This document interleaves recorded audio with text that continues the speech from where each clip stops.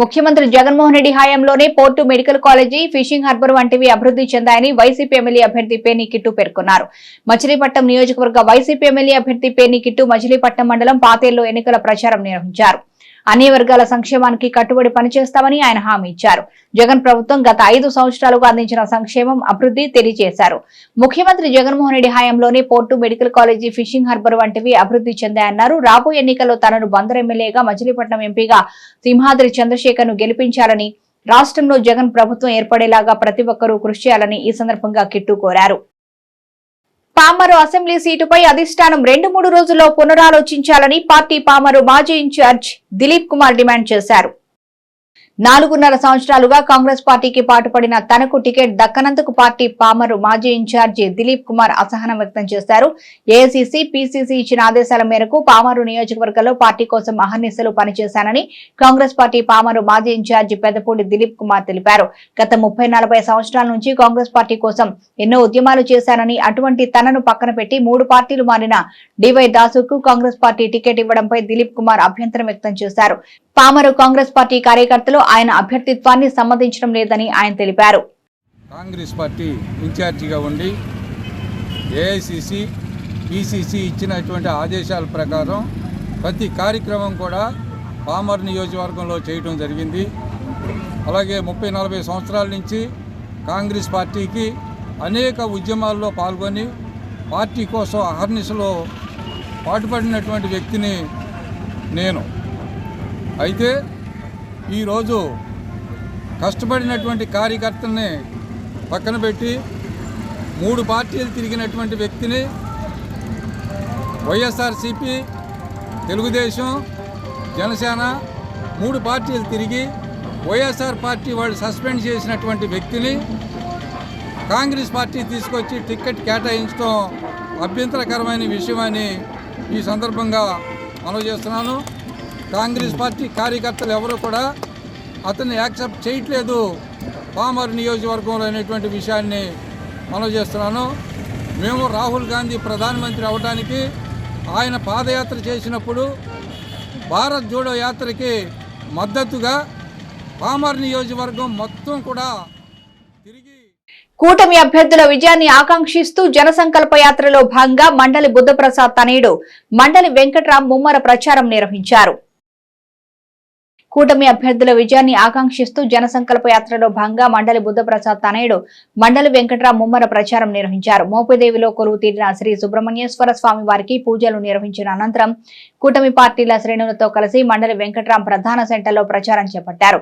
NDA కూటమి తరపున Avanigadda assembly అభ్యర్థిగా మండలి బుద్ధప్రసాద్, మచిలీపట్నం పార్లమెంట్ అభ్యర్థిగా వల్లభనేని బాలశౌరిలను అత్యధిక మెజార్టీతో గెలిపించవలసిందిగా మండలి వెంకట్రాం దుకాణదారులకు విజ్ఞప్తి చేశారు. ఈ కార్యక్రమంలో జనసేన పార్టీ నాయకులు రాయపూడి వేణుగోపాల్, మత్తి వెంకటేశ్వరరావు, పూషడపు రత్నగోపాల్, గుడివాక శేషుబాబు, తెలుగుదేశం పార్టీ నాయకులు నడకుదిటి జనార్దన్ రావు తదితరులు పాల్గొన్నారు. సుబ్రహ్మణ్యేశ్వర స్వామి దేవస్థానంలో ప్రార్థనలు చేసి జన సంకల్ప యాత్ర ద్వారా ప్రతి ఇంటికి వెళ్ళి ఇవాళ తెలుగుదేశం, జనసేన, బీజేపీ యొక్క కూటమి అభ్యర్థులు మనకు పార్లమెంట్కి వల్లభనేని బాలశౌరి గారు, ఇక్కడ శాసనసభ్యులకి బుద్ధప్రసాద్ గారు ఎవరైతే ఉన్నారో జనసేన తరపున వీరు గాజు గ్లాస్ గుర్తు తరపున పోటీ చేస్తున్నారు. మనందరికీ తెలుసు ఆ విషయం. దాన్ని ప్రజల్లోకి తీసుకెళ్ళాలి. మళ్ళీ మన నియోజకవర్గం అభివృద్ధి జరగాలన్నా, మన రాష్ట్ర అభివృద్ధి జరగాలన్నా, యువతకి భవిష్యత్తు బాగుండాలన్నా, ఒక పరిశ్రమలు రావాలన్నా, ఉద్యోగాలు రావాలన్నా, వీటన్నిటికీ ఈ ఉమ్మడి ప్రభుత్వం రావాలి. అదేవిధంగా మన నియోజకవర్గంలో బుద్ధప్రసాద్ గారిని, బాలశౌరి గారిని గెలిపించుకోవాలని ఒక సంకల్పంతో ఈరోజు జన సైనికులు ముందుకొచ్చి ప్రతి ఇంటికి వెళ్ళి గాజు గ్లాస్ గుర్తుకి ఓటేసి వీరిని గెలిపించుకోవాలనే ఉద్దేశంతో ఈరోజు ఇక్కడ ప్రారంభించడం జరిగింది. ముందుగా ఆ జన సైనికులకి ప్రత్యేకమైన అభినందన తెలియజేసుకుంటున్నాను. వారికి తోడుగా ఈరోజు తెలుగుదేశం పార్టీ నాయకులు, అదేవిధంగా బీజేపీ నాయకులు మేము కూడా ప్రతి చోట మేము ఉంటామని చెప్పి వారు కూడా వాళ్ళతో పాటు కలిసి ఈరోజు 3 పార్టీలు మోపిదేవి మండల జనసేన పార్టీ, తెలుగుదేశం పార్టీ, భారతీయ జనతా పార్టీల సంయుక్త ఆధ్వర్యంలో ఈ సంకల్ప యాత్ర, ఏ సంకల్పం ఏదైతే ఈ రాష్ట్రానికి పెట్టినటువంటి అరిష్టాన్ని తొలగించాలని, ఈ రాష్ట్రాన్ని పట్టినటువంటి దరిద్రాన్ని తొలగించాలనేటువంటి మహాసంకల్పంతో సుబ్రహ్మణ్యేశ్వర స్వామి వారి పూజా కార్యక్రమం నిర్వర్తించి మోపిదేవి మండలంలో ప్రతి ఇంటికి కూడా జనసేన పార్టీ గాజు గ్లాస్ గుర్తును తీసుకెళ్ళి తద్వారా అవినిగడ్డ అసెంబ్లీ అభ్యర్థి అయినటువంటి మండల బుద్ధప్రసాద్ గారిని, పార్లమెంట్ అభ్యర్థి అయినటువంటి బాలశౌరి గారిని గెలిపించాలని కోరుకునేటువంటి కార్యక్రమంలో ఈ బృహత్తర కార్యక్రమం చేపట్టడం జరిగింది. ఇక్కడ మనం గమనించాల్సినటువంటి విషయం ఏంటంటే ఆల్రెడీ అవినిగడ్డ నియోజకవర్గం వచ్చేటప్పటికి ఏదైతే 2004లో బాలశౌరి గారికి ఓటేసామో ఆయన పార్లమెంట్ సభ్యులయ్యారు. 2019లో ఓటేశారు అవినిగడ్డ నియోజకవర్గ ప్రజలు, ఆయన పార్లమెంట్ సభ్యులయ్యారు. మళ్ళీ 2024లో కూడా ఓటు అయిపోతున్నాం, ఖచ్చితంగా కూడా వారు పార్లమెంట్ సభ్యులు అవుతారు. అదేవిధంగా బుద్ధప్రసాద్ గారు కూడా 2004లో గెలిచారు. సంగ్రామంలో మే 13వ తారీఖున జరిగేటువంటి ఎన్నికల సంగ్రామంలో ఏదైతే పవన్ కళ్యాణ్ గారు, చంద్రబాబు నాయుడు గారు, అదేవిధంగా భారతీయ జనతా పార్టీ మోడీ గారి యొక్క నాయకత్వంలో మరి ఒక ప్రజాస్వామ్య పరిరక్షణ కోసం కంకణం కట్టుకుని 3 పార్టీలు కూడా పొత్తులో భాగంగా ముందుకు వెళ్తూ మరి అవినిగడ్డ నియోజకవర్గానికి మచిలీపట్నం పార్లమెంటు అభ్యర్థిగా మరి బాలశౌరి గారు, అదేవిధంగా అవినిగడ్డ నియోజకవర్గ ఎమ్మెల్యే అభ్యర్థిగా మరి మండల బుద్ధప్రసాద్ గారు మరి వారిని నియమించడం జరిగింది. మరి మన అందరం కూడా ఏదైతే మరి కూటమి యొక్క లక్ష్యం ఏదైతే ఉందో ఈ ప్రజాస్వామ్యాన్ని పరిరక్షించుకోవటం కోసం, ఈ దుష్ట ప్రభుత్వాన్ని దించడం కోసం, ఈ దుర్మార్గ ప్రభుత్వాన్ని ఇంటికి పంపించడం కోసం నడుం కట్టుకున్నటువంటి మన నాయకుల యొక్క ఆశయాన్ని ముందుకు తీసుకువెళ్ళడానికి ఈ రోజున ప్రజా సంకల్ప యాత్ర అనేటువంటిది మోపిదేవి మండలంలో జరగటం, యువత భుజాన్ని వేసుకుని వచ్చే నెల 10వ తారీఖు వరకు కూడా వాళ్ళు ఈ సంకల్పాన్ని మేము నెరవేరుస్తాం అనేటువంటి ఒక దృఢమైనటువంటి విశ్వాసం ఏదైతే ఉందో నాయకుల యొక్క సంకల్పాన్ని వాళ్ళు భుజాన్ని వేసుకుని మరి ఈ రోజున సుబ్రహ్మణ్యేశ్వర స్వామి ఆలయంలో పూజలు చేసుకుని మరి మా మండల వెంకటరావు రాజా గారి యొక్క ఆధ్వర్యంలో మరి ఈ కార్యక్రమం ముందుకు వెళ్తున్నందుకు చాలా సంతోషం. మనందరం కూడా ఈ 30 రోజులు అలుపెరిగినటువంటి పోరాటం ఏదైతే తెలుగుదేశం పార్టీతోనే అభివృద్ధి సంక్షేమం సాధ్యమని మాజీ మంత్రి టీడీపీ ఎమ్మెల్యే అభ్యర్థి కొల్లు రవీంద్ర పేర్కొన్నారు. మాజీ మంత్రి టీడీపీ అభ్యర్థి కొల్లు రవీంద్ర, మాజీ పార్లమెంటు సభ్యుడు కొనకళ్ళ నారాయణరావు, జనసేన ఎంపీ అభ్యర్థి బాలశౌరి తనయుడు అనుదీప్ మచిలీపట్నం మండలం తాళ్లపాలెం పంచాయతీ జొన్నలవారి మోడిలో ఎన్నికల ప్రచారం నిర్వహించారు. ఈ సందర్భంగా కొల్లు రవీంద్ర మాట్లాడుతూ ఉమ్మడి ప్రభుత్వం అధికారంలోకి రాగానే తాళ్లపాలెం పంచాయతీలు ఇంటింటికి నీటి పంపును, వంతెన్ను వేయించి ఇస్తామని హామీ ఇచ్చారు. రాబోయే కాలంలో బందరు అన్ని విధాలుగా అభివృద్ధి చేసుకునేందుకు ప్రతి ఒక్కరూ కృషి చేద్దామని ఆయన పిలుపునిచ్చారు. జగన్ మాయమాటలకు ఒకసారి అవకాశం ఇచ్చినందుకే రాష్ట్రం సర్వనాశనమైందని, మచిలీపట్నం పూర్తిగా అభివృద్ధి నిరోధకంగా తయారైంది కాబట్టి మరోసారి ఏదైనా చిన్న తప్పు చేస్తే పిల్లల భవిష్యత్తు నాశనం అవుతుందని స్పష్టం చేశారు. ప్రజలు ఈ విషయాన్ని గమనిస్తూ రాబోయే ఎన్నికల్లో తెలుగుదేశం పార్టీకి అండగా నిలవాలని, ఈ రాక్షస గంజాయి ప్రభుత్వాన్ని బంగాళాఖాతంలో కలపాలని కొల్లు రవీంద్ర పిలుపునిచ్చారు. బారులు తిరుగుతూ ఉన్నారు, అడుగడుగున నిరాజనాలు పలుకుతూ ఉన్నారు. ఆడబిడ్డలు అయితే హారతులు ఇస్తూ నిరాజనాలు పలుకుతూ ఉన్నారు. యువత కేరెత్తులతో ఇవాళ ముందుకు సాగుతూ ఉన్నారు. అడుగడుగున మరి బ్రహ్మరథం పడతా ఉన్నారంటే ఇవాళ ఈ ప్రభుత్వం మీద ఎంత విసిగిపోయి ఉన్నారు కదా, ఇదే ఒక కారణం అని కూడా తెలియజేస్తారు. అదేవిధంగా టీడీపీ జనసేన కలిసి మన ప్రచారం ఏ విధంగా చాలా బాగుంది, చాలా అద్భుతంగా ఇవాళ అందరూ కూడా పార్టీ అటు జనసేనను లేకపోతే తెలుగుదేశం కదా అందరం కలిసి ఒకే కుటుంబంలాగా ఇవాళ మచిలీపట్నం నియోజకవర్గంలో పనిచేయడం అనేది చాలా శుభపరిణామం. మరి ఇవాళ ఎన్నో ఎత్తుగాళ్ళు చేసి ఎన్నో చీల్చాలని చెప్పి రకరకాలుగా ప్రయత్నాలు చేస్తూ ఉన్నారు. అవన్నీ కూడా ఎక్కడ కూడా మరి సాగనటువంటి పరిస్థితి ఉంది. అందరూ కూడా బయటకు వచ్చి ఇవాళ రోడ్డు ఎక్కడానికి సిద్ధంగా ఉన్నారు. అధికార పార్టీ నుండి కిట్టు పోటీ చేస్తున్నారు, ఏ విధంగా ఎదుర్కోబోతున్నారు చెప్పే కదా, ఇప్పుడు దానికే చెప్తున్నాం కదా. తప్పుడు కేసులు పెడతా ఉన్నారు, ఇళ్ల పట్టాల పేరుతో మోసం చేయాలని ప్రయత్నం చేస్తూ ఉన్నారు. బందర్ పోర్టుకి బాలశౌరి గారు 4,000 కోట్లు తీసుకొస్తే ఈయన తీసుకొచ్చినట్టుగా ప్రచారం చేసుకుంటా ఉన్నాడు. మెడికల్ కాలేజీకి 200 కోట్ల రూపాయలు బాలశౌరి గారి సారథ్యంలో వస్తే మెడికల్ కాలేజ్ మేము తీసుకొచ్చామని ప్రచారం చేసుకున్నారు. ఇవాళ మచిలీపట్నానికి చేసింది శూన్యం. ఆయన సంపాదించుకున్న చిట్టా మొత్తం త్వరలోనే బయటపెడతారు. మరొకసారి పెడనలోనూ రాష్ట్రంలోనూ అధికార వైసీపీ విజయం సాధిస్తుంది అని వైసీపీ పెడన అసెంబ్లీ అభ్యర్థి ఉప్పాల రాము ధీమా వ్యక్తం చేశారు. మరొకసారి పెడనలోనూ రాష్ట్రంలోనూ అధికార వైసీపీ విజయం సాధిస్తుంది అని వైసీపీ పెడన అసెంబ్లీ అభ్యర్థి ఉప్పాల రాము ధీమా వ్యక్తం చేశారు. గూడూరు మండలం ముక్కొల్లు గ్రామంలో పెడన నియోజకవర్గ వైసీపీ అసెంబ్లీ అభ్యర్థి ఉప్పాల రాము, మచిలీపట్నం ఎంపీ అభ్యర్థి సింహాద్రి చంద్రశేఖర్ ఎన్నికల ప్రచారం నిర్వహించారు. అన్ని వర్గాల ప్రజలతో వారు మమేకమవుతూ తమకి ఓటు వేసి గెలిపించవలసిందిగా కోరారు. గడప గడపకి తిరుగుతూ ప్రజల సమస్యలను అడిగి తెలుసుకున్నారు. ఈ కార్యక్రమంలో గూడూరు మండల పార్టీ అధ్యక్షులు పన్నం పెద్దబాబు, గ్రామ sarpanch Sameta Jayavardhan, Mukkollu MPTC Eramsetti Srinivasarao, KDCC bank director Motepalli Ratnarao, Sammeta Venugopal తదితరులు పాల్గొన్నారు. పరసుపేటలోని శ్రీ కనకదుర్గ ఆలయంలో రెండో శుక్రవారం సందర్భంగా విశేష పూజలు జరిపి భక్తులకు అన్నదానం నిర్వహించారు. పరసుపేటలోని శ్రీ కనకదుర్గ ఆలయంలో రెండో శుక్రవారం సందర్భంగా విశేష పూజలు జరిపి భక్తులకు అన్నదానం నిర్వహించారు. ఈ సందర్భంగా అమ్మవారిని విశేషంగా అలంకరించి భజనలు చేశారు. ప్రతి నెల రెండో శుక్రవారం అమ్మవారికి ప్రత్యేక పూజలు చేసి భక్తులకు అన్నదానం జరుపుతున్నట్లు ఆలయ నిర్వాహకుడు చప్పిడి రామకృష్ణ తెలిపారు. ఈ కార్యక్రమంలో భక్తులు పెద్ద సంఖ్యలో పాల్గొన్నారు. సువర్ణ కళ్యాణ మండపం వెనకాల ఉన్న శ్రీ కనకదుర్గమ్మ అమ్మవారు ఆలయం వద్ద 2015 జనవరి నెలలో ప్రతి నెల రెండో శుక్రవారం గొప్ప అన్న సమారాధన కార్యక్రమం జరుగుతుంది. 50 మంది భక్తులు వచ్చి ఈ అన్న సమారాధన కార్యక్రమాన్ని జయప్రదం చేయాలని కోరుకుంటున్నాం.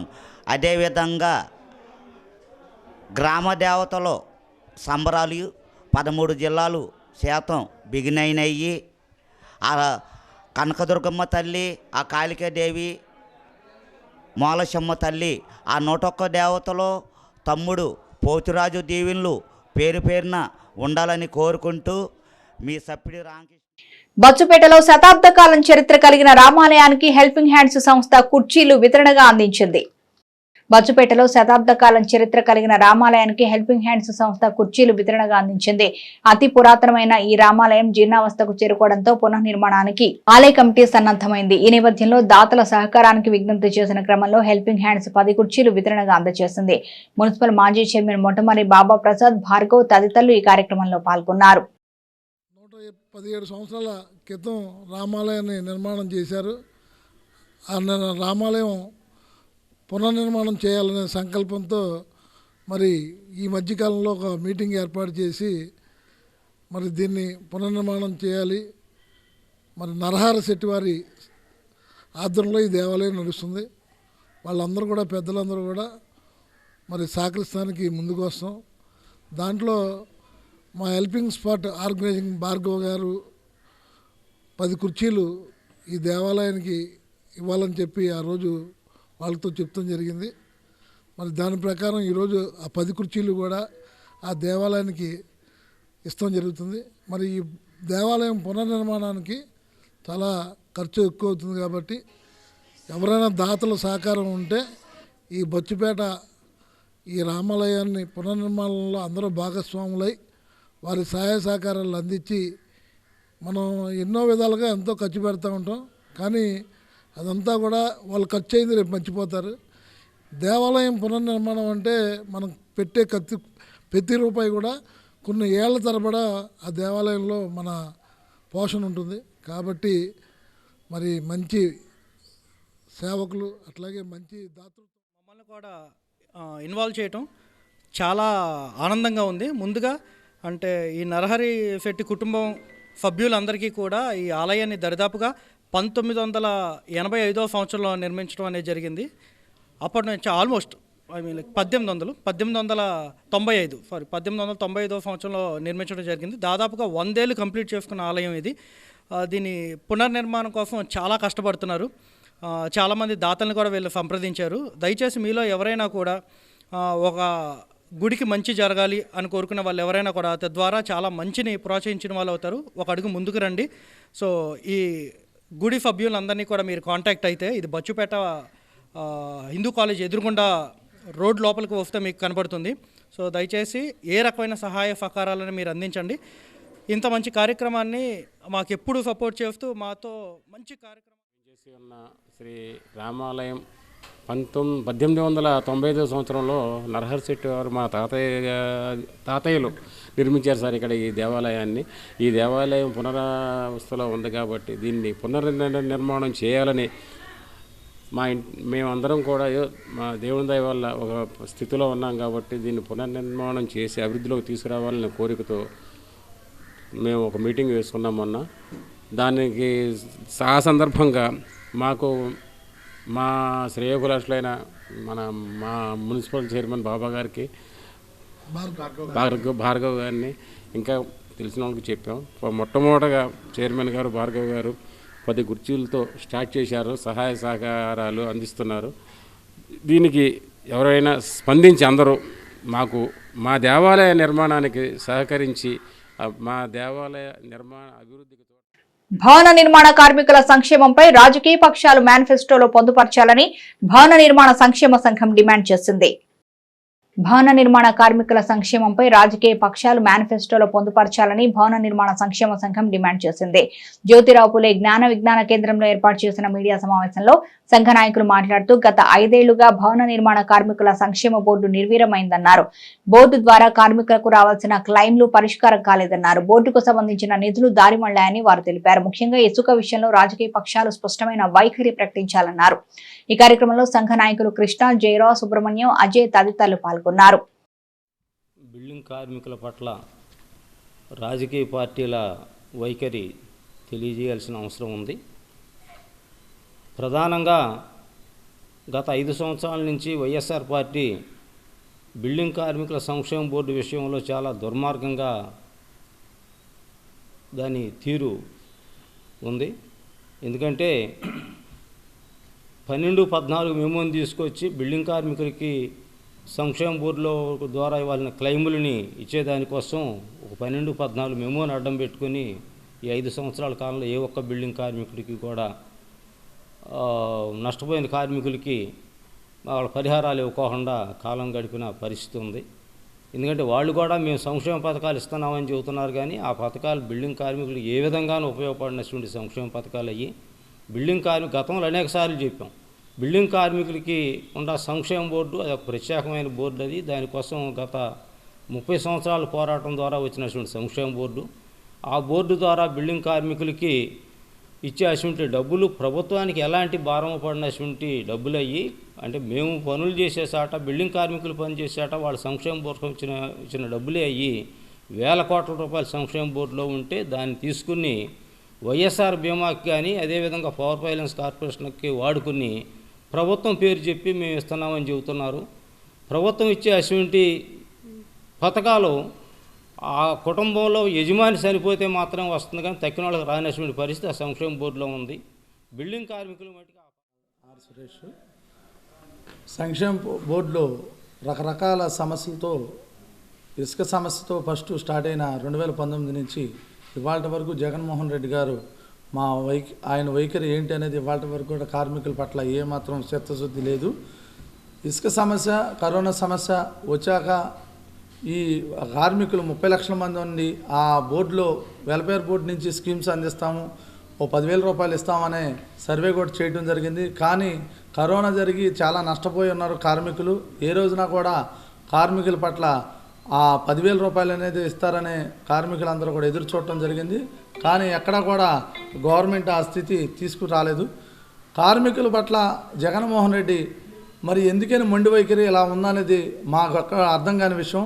ఎందుకని ఈ రకంగా పక్షపాతంగా చూస్తున్నారు, ఎందుకని ఈ భవన నిర్మాణ కార్మికులు ఉంటేనే డెవలప్మెంటు, ఆర్థిక నిధులు అన్ని రకాల డెవలప్మెంట్ స్టేట్ వైడ్గా ఉంటుందనేది మేము విజ్ఞప్తి చేస్తూ ఈ అవకాశం వైఎస్ రాజశేఖర రెడ్డి గారు మాకు సంక్షేమ బోర్డు ఏర్పాటు చేసిన తర్వాత మళ్ళీ తన తనయుడు వచ్చేసి జగన్మోహన్ రెడ్డి గారు మేము చేస్తామని చెప్పేసి మా వాగ్దానం చేశారు. గతంలోనూ తెలుగుదేశం ప్రభుత్వం ఉండగా ఈ జగన్మోహన్ రెడ్డి గారు భవన నిర్మాణ కార్మికులు మేము అండగా ఉంటాం, మీకు ఏదైనా మేము చేస్తాము, ఈ తెలుగుదేశం పార్టీ మిమ్మల్ని అమార్షంగా చూస్తుంది, మేము అలా జరగకుండా మేము చూస్తాము, మాది గ్యారెంటీ అని చెప్పేసి అన్న జగన్మోహన్ రెడ్డి గారు ఈ 2019 నుంచి ఇసుక కొరత కానీ లేదా కరోనా గురించి కానీ ఇన్ని రకాలుగా భవన నిర్మాణ కార్మికులు ఇబ్బంది పడుతున్నా ఏ రోజు కూడాను ఒక్కసారి కూడా భవన నిర్మాణ కార్మికుల గురించి ఆలోచించలేదు. ప్రతి ఒక్క నాయకులు కూడాను వచ్చే ముందు మాత్రం అన్నీ చెప్తున్నారు, భవన నిర్మాణ కార్మికులు మేము ఆదుకుంటాము, మేము చేస్తాము అని అన్నారు, కానీ ఏ ఒక్కళ్ళు కూడాను దీన్ని సహకరించట్లేదు. భవన నిర్మాణ కార్మికులు దరిదాపు రాష్ట్రంలోనూ 30 లక్షల మంది ఉన్నారు. 30 లక్షల మందిలోనూ ఈయన ఇచ్చే నవరాత్రులు ముస్లిం మైనార్టీల సంక్షేమానికి కృషి చేస్తున్న వైసీపీ ప్రభుత్వానికి మరొకసారి పట్టం కట్టాలని డాక్టర్ నూరి పర్వీన్ విజ్ఞప్తి చేశారు. ముస్లిం మైనార్టీల సంక్షేమానికి కృషి చేస్తున్న వైసీపీ ప్రభుత్వానికి మరొకసారి పట్టం కట్టాలని డాక్టర్ నూరి పర్వీన్ విజ్ఞప్తి చేశారు. కడపలో 10 రూపాయల డాక్టర్ గా ప్రసిద్ధి చెందిన నూరి పర్వీన్ రాష్ట్ర వ్యాప్తంగా సాగిస్తున్న ఎన్నికల ప్రచారంలో భాగంగా మచిలీపట్నంలో వైసీపీ ఎమ్మెల్యే అభ్యర్థి పేర్ని కిట్టు, ఎంపీ అభ్యర్థి డాక్టర్ సింహాద్రి చంద్రశేఖర్ల విజయాన్ని ఆకాంక్షిస్తూ ఎన్నికల ప్రచారం నిర్వహించారు. ఈ సందర్భంగా మున్సిపల్ మాజీ చైర్మన్ సిలార్ దాదా నివాసం వద్ద మీడియా సమావేశంలో ఆమె మాట్లాడుతూ కేవలం ఎన్నికల కోసం ప్రజలని మభ్యపెట్టేందుకు జతకట్టిన కూటమి బూటకపు మాటలు వాగ్దానాలు నమ్మొద్దని ప్రజలకు విజ్ఞప్తి చేశారు. మార్కెట్ యార్డ్ మాజీ చైర్మన్ అచ్చాబా, కార్పొరేటర్లు ముంతాజ్, షాహినా తదితరులు ఈ కార్యక్రమంలో పాల్గొన్నారు. నేను మీ డాక్టర్ నూరి పరి, మీ 10 రూపాయల డాక్టర్ని. మీరు ఎప్పుడు నా కామెంట్స్లో నెగిటివ్ చూస్తూ ఉంటారు. ఎక్కువగా నా కామెంట్స్ పెట్టేవాళ్ళు బీజేపీ, ఆర్ఎస్ఎస్ వాళ్ళు. మీ ముస్లిమ్స్ ఏం చేయరు, మీ ముస్లిమ్స్ మహిళలు బయటికి రారు అని చెప్పేసి. కానీ నాకు ఈరోజు మచిలీపట్నం నగరంలో మన దాదా సాహెబ్ గారి ఇంట్లో కూర్చుని ఇంతమంది ముస్లిం ఆడవాళ్ళతో, ముస్లిం లీడర్స్తో కూర్చుని మాట్లాడుతుంటే చాలా సంతోషంగా ఉంది. ఈ రోజు వచ్చిందంటే దీనికి కారణం మన వైఎస్ఆర్ కాంగ్రెస్ పార్టీ ఉండడం వల్లే. ఎందుకంటే 4% రిజర్వేషన్ ద్వారా ఎంతోమంది చదువుకున్నారు, బయటికి వచ్చారు, లీడర్స్గా ఇప్పుడు మీ ముందు నుంచుని ఉన్నాము. దానికి ఎగ్జాంపుల్ నేను, ఇక్కడున్న ఆడవాళ్ళు చూడండి. ఇస్లాంలో బుర్కా ఉంది, అన్నీ ఉన్నాయి, మేము అన్నీ ఫాలో అవుతున్నాం. లీడర్షిప్ దగ్గరకు వచ్చేసరికి, రాజుల దగ్గరకు వచ్చేసరికి పరిపాలన ముస్లిమ్సే బాగా చేసింది. కానీ ఏ గవర్నమెంట్ 7 సీట్స్ ఇవ్వలేదు.